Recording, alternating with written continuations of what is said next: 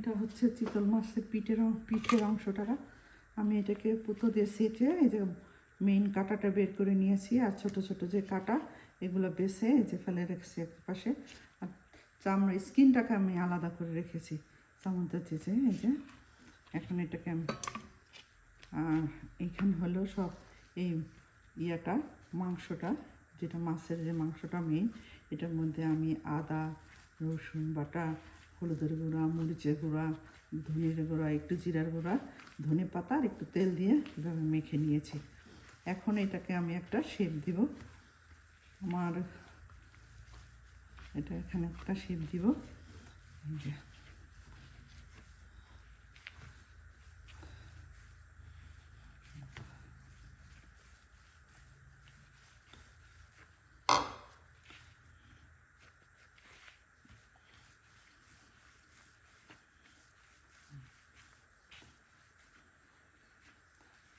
এটাকে এখন এটার মধ্যে ভরে দিব।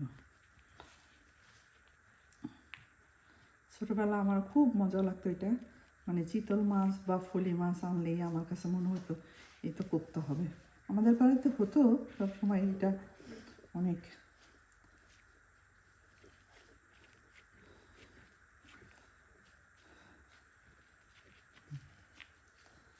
একটু সময়ের ব্যাপার, একটু সময় নিয়ে এটা করতে হয়, কারণ মাছটা অনেক কাটা থাকে ছোট ছোট কাটা, ওই কাটাকে বেছে নিতে হয়। আমার আমি অনেক দিন ধরেই পিঠের অংশটা ডিপে রেখে দিয়েছিলাম, কারণ সময় হচ্ছিল না এতটা এটা নিয়ে। দেন আজকে বাংলাদেশের ইলেকশনের রেজাল্ট শুনতেছিলাম আর দেখতেছিলাম, আর এটা করলাম।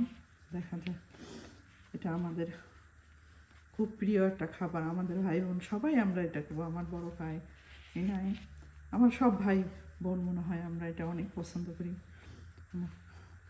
অনেক পছন্দ করি।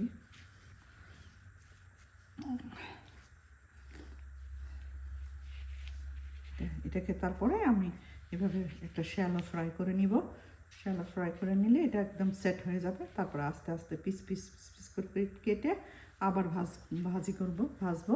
ভেজে তারপরে ওইটাকে আস্তে করে মশলা দিয়ে যেভাবে করে মশলা দিয়ে এটাকে ভুনা করব। এখন আমি জানি না কোথায় কে কীভাবে খায়, আমাদের এলাকায় বা আমাদের বাড়িতে। আমি এলাকারও খুব বেশি একটা বুঝতে পারবো না, কিন্তু আমাদের বাড়িতে খায়। দেখুন, আলহামদুলিল্লাহ আমার এটা অনেক সুন্দর করে একটা শেপ দেওয়া হয়ে গেছে। এখন ওইটাকে আমি ভাজবো।